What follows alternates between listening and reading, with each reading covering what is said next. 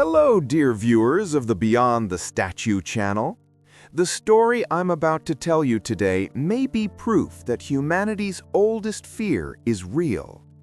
The great catastrophe you know as the Flood, mentioned in the Bible, the Qur'an, the Torah, and even Sumerian tablets. What if I told you that what I'm about to share goes far beyond what you've been told? Off the coast of Israel, 12 meters beneath the sea, lies a 9,000-year-old city, and this city was submerged in a single night. Its name is Atlit Yam, and this ancient settlement fundamentally challenges everything we think we know about history. Are you ready? Because when this video ends, you will never look at flood stories the same way again. Take a deep breath and join me as we dive 9,000 years back in time into a lost civilization of humanity. In 1984, a marine archaeology team conducting routine research off the coast of Atlit, Israel, discovered something extraordinary. At a depth of 8 to 12 meters lay a vast settlement. Houses, streets, wells, graves, and most astonishing of all, standing stone monuments, like Stonehenge, but underwater. When first discovered, scientists were shocked. This settlement wasn't just ancient, it pointed to a highly advanced social structure. Carbon-14 dating revealed something incredible. 7,000 to 6,000 BCE.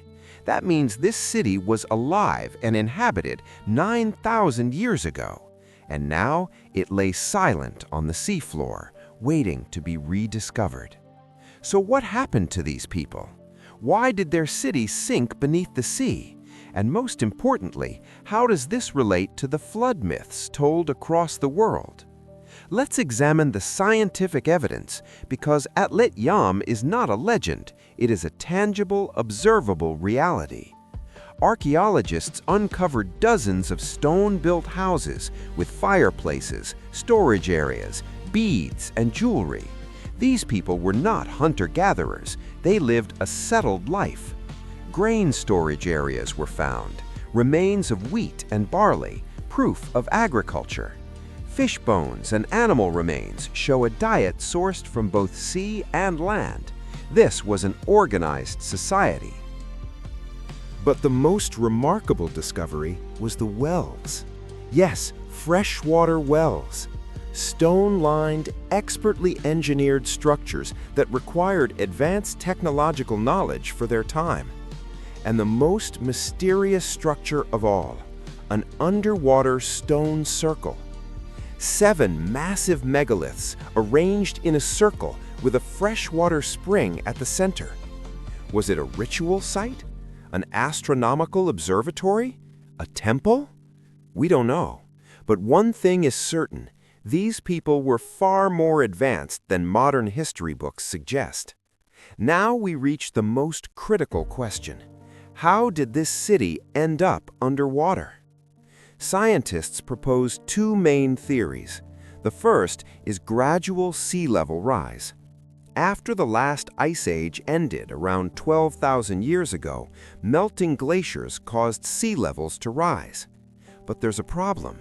The structures at Atlit Yam are too intact, too orderly. If the sea had risen slowly, people would have relocated. They would have taken their belongings, but they didn't. Wells still contain stones. Homes still contain objects. It's as if everything froze in time, as if the city was abandoned instantly. The second theory is far more dramatic, a tsunami. A volcanic eruption or earthquake in the Mediterranean could have triggered a massive wave that swallowed the city whole. Given nearby fault lines and volcanic activity, many researchers believe this is highly plausible. Imagine it. You wake up to an ordinary day, fishing, farming, living, and then a wall of water. Your city, your family, your entire world gone.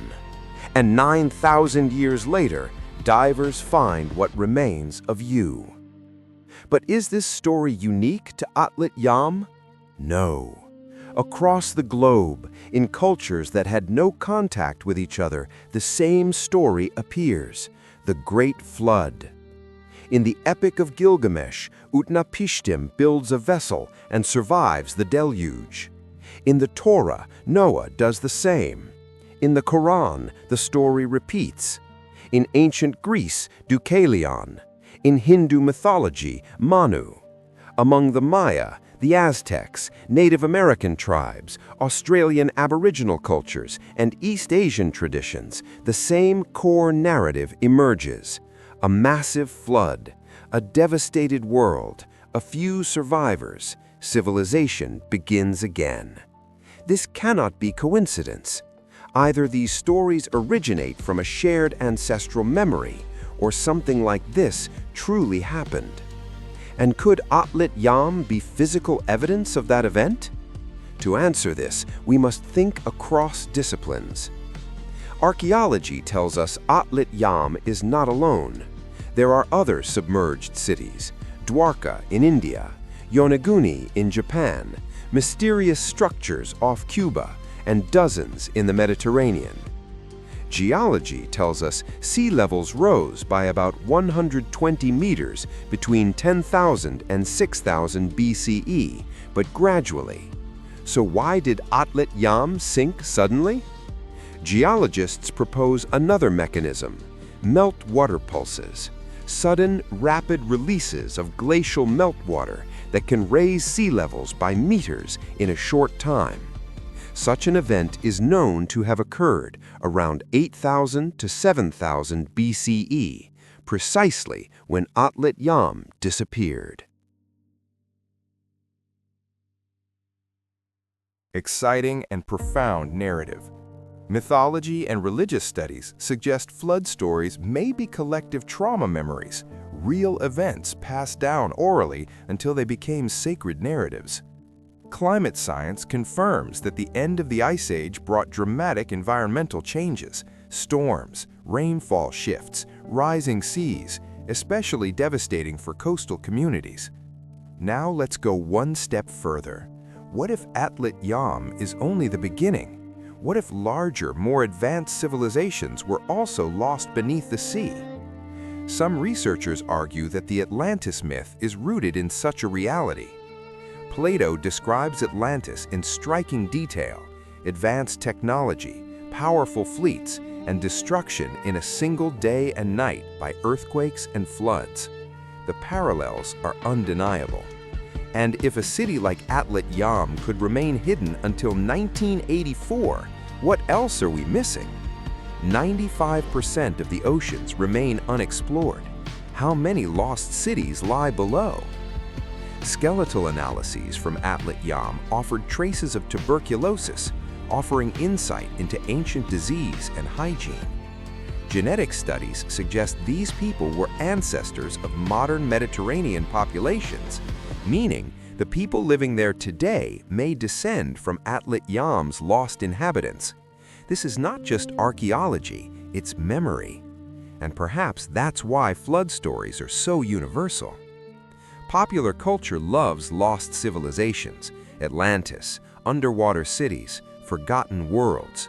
But Atlit Yam shows these aren't just fantasies, and there's a warning here. If sea levels rise again, and science says they are, our modern cities could one day become the next Atlit Yam. Finally, a critical note.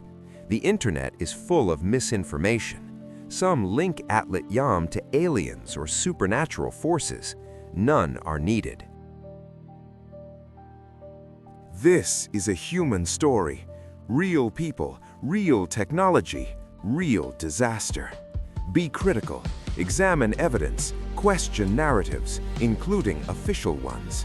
Because until 1984, Atlit Yam did not exist in history books.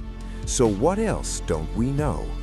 Atlit Yam doesn't just teach us about the past, it warns us about the future.